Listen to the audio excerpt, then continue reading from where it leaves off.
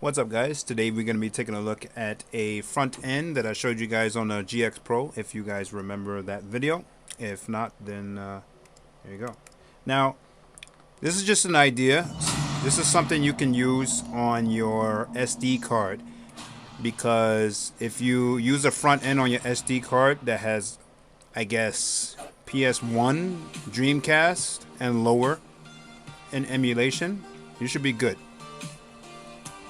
Now, as you guys know, the SD slot is capped, unfortunately. But I have a 1 terabyte in there specifically for ROMs.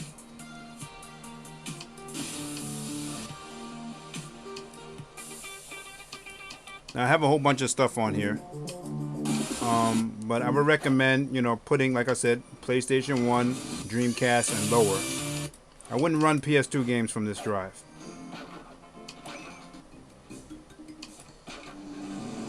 But this is a really nice front end. I'm gonna try to see if I can find the link to it and put it in the description so you guys can get it.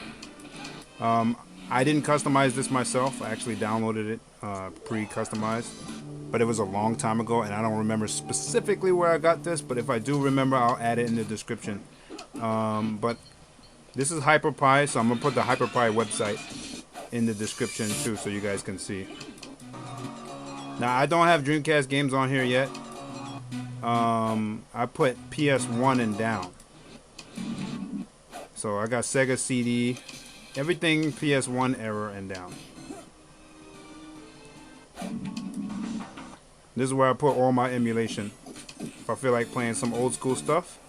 And you can actually use Project SBC's TDP app, which I haven't done yet, but you can actually use it and lower your TDP down to like 10 watts or lower, because right now it's only running 10 watts right now. One time I got it to, it started playing at 15 watts, even though it don't need 15 watts to run Super Nintendo. But in order to save yourself a lot of trouble, I recommend downloading SBC's app. So when you're playing this and you want to preserve your battery, you can lower your wattage down to 7 to 10 watts, and you'll have extreme amount of battery playing stuff like this. Now, I'm gonna also leave his video about his latest app in the description as well.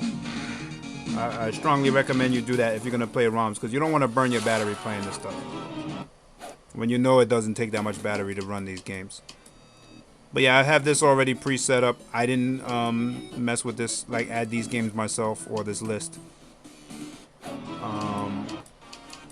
But yeah, you could just Google Hyperpie PC.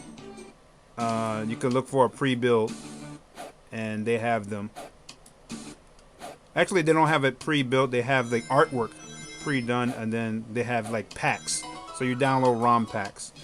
So for me, I downloaded a certain ROM packs for this and added in there. I didn't download like a whole bundle. So I downloaded the front end from the website, and then I downloaded ROM packs from somewhere. That's what I mean by it. That's what I mean by I didn't make it myself. But the only thing you'll pretty much get when you're playing this is some micro stutters during videos. So remember, I mean, if you lower the TDP, you'll get some micro stutters during the videos while it's loading up. But you could play all your classic stuff, and the battery will last really long. You'll probably get like, see, right now it's running 9 watts. You don't need 9 watts to run a Super Nintendo game, but for some reason it wants to do that. Oh wow, I know what's happening. I'm not on controller 1 right now, because I did another video to show you guys the issue I had with my controller. And when I switch back, I'm no longer on X input 1. That's why I can't play the game right now. Alright, well,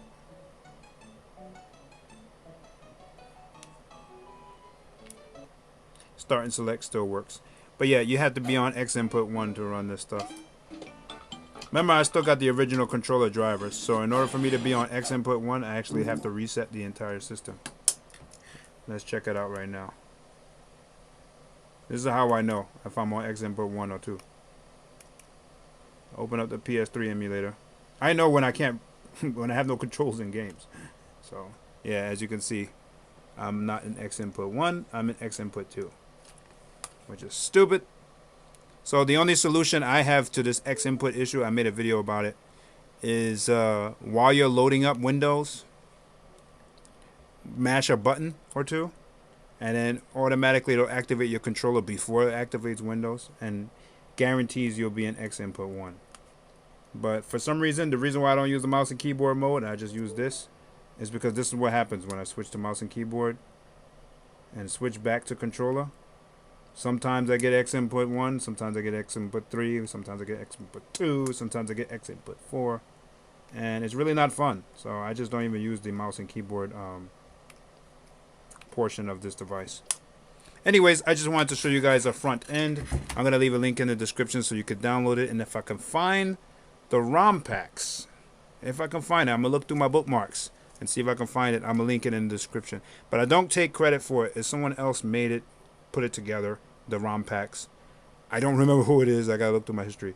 But I'm gonna, like I said, leave the link in the description so you guys can also get it if it's still around. It was a little while ago, probably like a year ago when I made this for the GX Pro. Alright guys, thank you so much for watching, and thanks for subscribing. I'll see you guys in the next video.